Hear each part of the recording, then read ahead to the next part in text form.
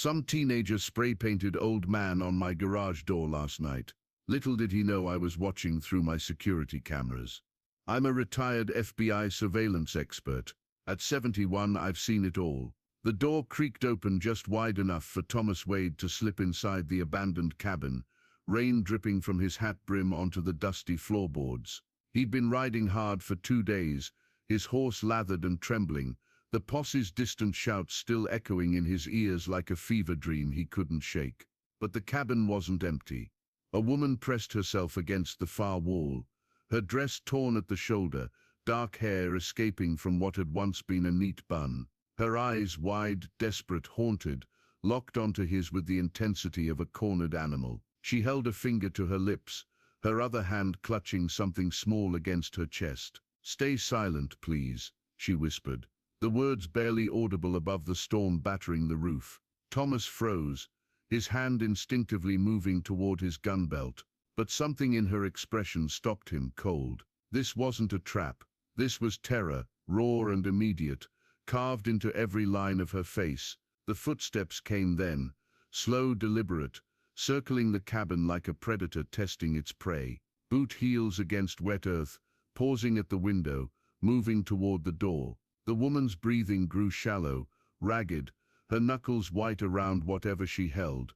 Thomas had killed 3 men in Copper Ridge, justified kills, every one of them, but try explaining that to Sheriff Morrison and his hired guns. He'd come here to hide, to wait out the storm and the search parties. Instead, he'd stumbled into someone else's nightmare. The footsteps stopped directly outside the door. Thomas could hear his own heartbeat, could smell the woman's fear mixing with the cabin's musty air, and the metallic scent of rain. She mouthed a single word, "Please." Her lips formed it with such desperate precision that it hit him harder than any bullet ever had.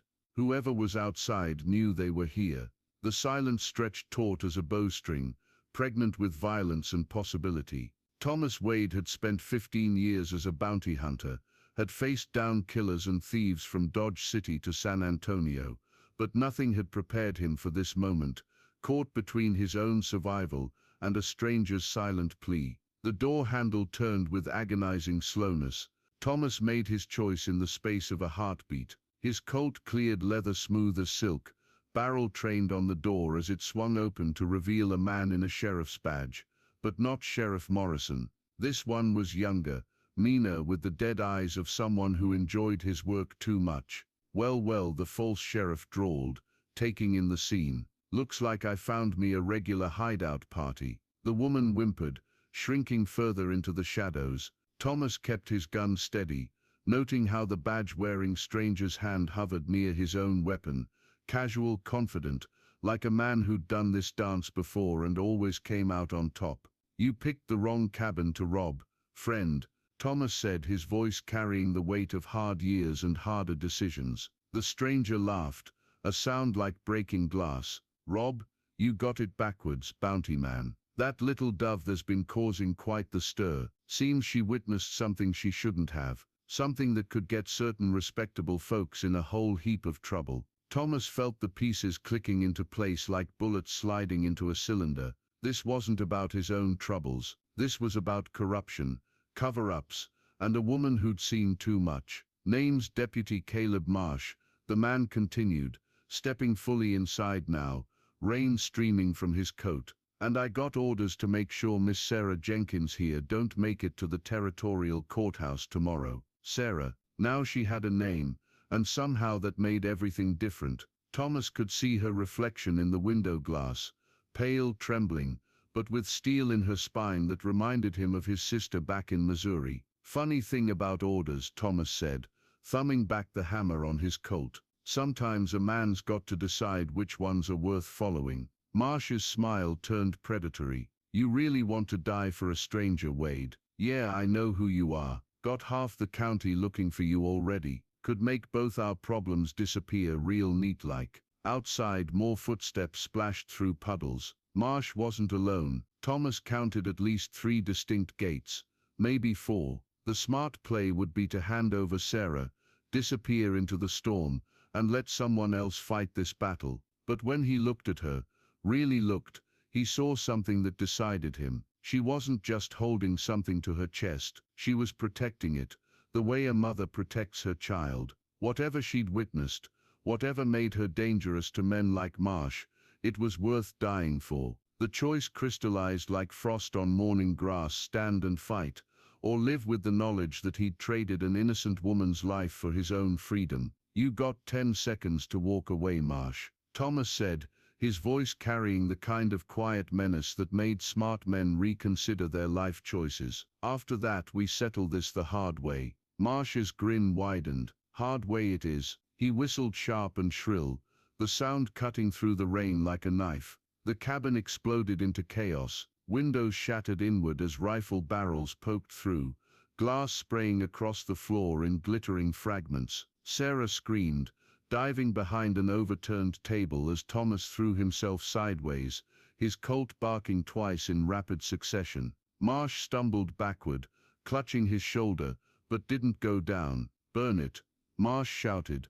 "Burn the whole damn place." The smell of coal oil hit Thomas's nostrils even before he saw the flames licking at the cabin's exterior walls. Orange light danced through the broken windows, turning the interior into a hellish kaleidoscope of fire and shadow. The men outside weren't just trying to kill them, they were trying to erase them, turn them into nothing but ash and charcoal. Thomas rolled behind a wooden crate, splinters exploding around his head as bullets chewed through the cabin's thin walls. "Sarah, the back room, go." But when he looked for her, his blood turned to ice. She was pinned down behind the table, Marsh advancing on her with his gun drawn despite the blood streaming down his arm. The corrupt deputy's face was a mask of rage and pain, his badge catching the firelight like a twisted star. "Should have minded your own business, Dove," Marsh snarled, raising his weapon. The flames were climbing higher now, smoke beginning to fill the cabin's cramped interior.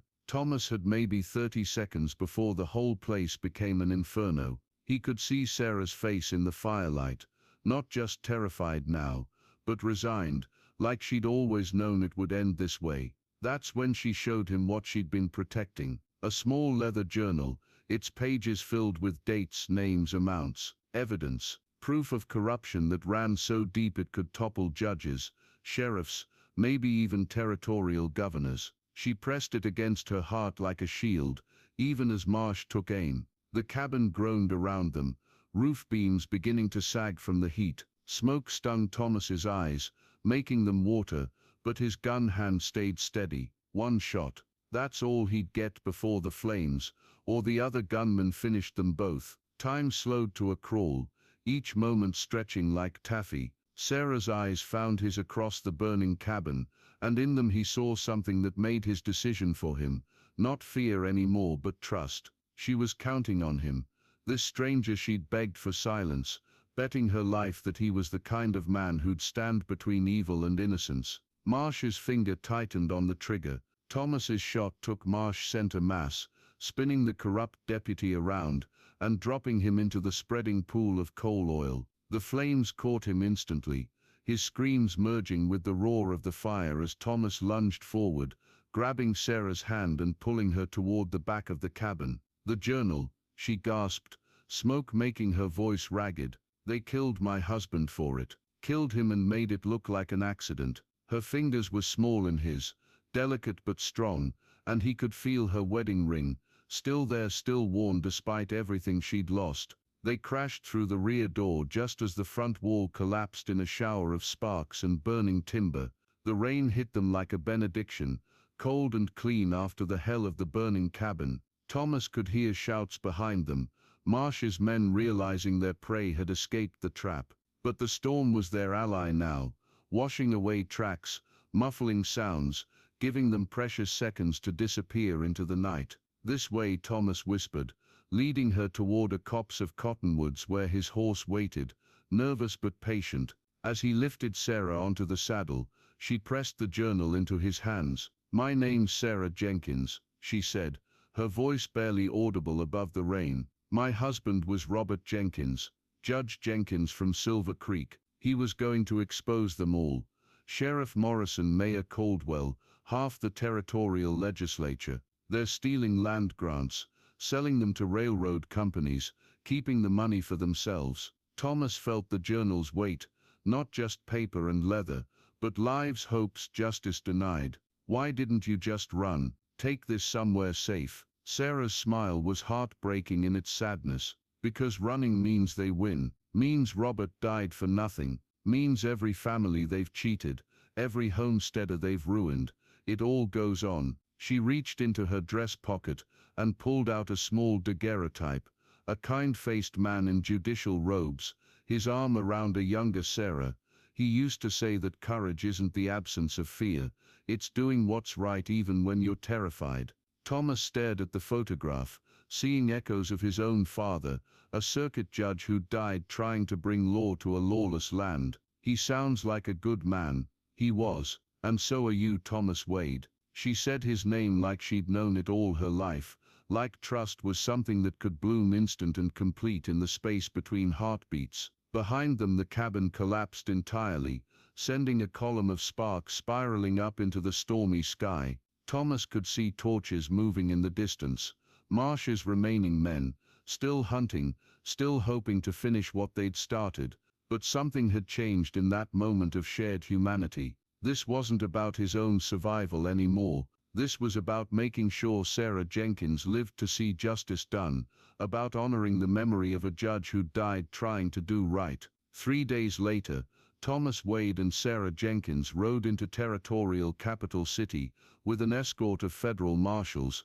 The journal's evidence spread across the desk of the territorial governor himself. The corruption ran deeper than even Sarah had suspected, a web of graft and murder that reached from small-town sheriffs all the way to Washington bureaucrats. The trials that followed would become legend, with Sarah's testimony and her husband's meticulous records, bringing down 24 corrupt officials. Sheriff Morrison hanged, Mayor Caldwell got life in territorial prison, and the stolen land grants were returned to their rightful owners. Thomas had expected to hang alongside them, 3 justified kills or not, he was still a wanted man. But Sarah's word carried weight now, and her testimony about his actions in that burning cabin earned him not just a pardon, but an offer of a federal marshal's badge. He found her on the courthouse steps after the last verdict came down, the autumn sun warm on the limestone building's facade. She looked different now, still carrying grief for her lost husband, but no longer hunted, no longer afraid. "What will you do now?" he asked, settling beside her on the steps. Sarah smiled, the first genuine smile he'd seen from her. "Robert left me the house in Silver Creek. I think I'll go back, maybe start teaching again. The town needs someone to help it heal." And the offer from the territorial attorney's office, the job as chief investigator. She shook her head. "I've seen enough corruption to last 3 lifetimes. I want to build something good now, something clean." They sat in comfortable silence, watching lawyers and litigants flow past like a human river. Finally Sarah reached into her reticule and pulled out the daguerreotype of her husband. "He would have liked you," she said simply, "would have been proud to call you friend." Thomas felt something tight in his chest loosen for the first time in years. The offer still open, the marshal's position, good pay, chance to make a real difference. Will you take it? He thought about it. Federal marshals traveled constantly, never staying in one place long enough to build roots, to build a life. But then he looked at Sarah, saw the hope in her eyes, and realized some things were worth changing for. "Silver Creek's going to need law enforcement," he said carefully. "Someone who understands that justice isn't just about catching criminals, it's about protecting good people." Her smile could have lit up the entire territory. Years later, Sarah would remember that moment on the courthouse steps as the beginning of everything good that came after. She would remember how trust could bloom in burning cabins, how courage could be shared like warmth on a cold night, and how sometimes the greatest love stories began, not with romance, but with 2 strangers choosing to protect each other against impossible odds. But on that autumn afternoon, all she knew was that Thomas Wade tipped his hat, offered his arm, and together they walked down the courthouse steps toward whatever came next. Federal marshal and school teacher, protectors both, ready to build something worthy of the sacrifices that brought them there. The sun set golden behind them, painting their shadows long across the territorial capital's dusty streets, and somewhere in the distance, a train whistle called out like a promise of better days ahead.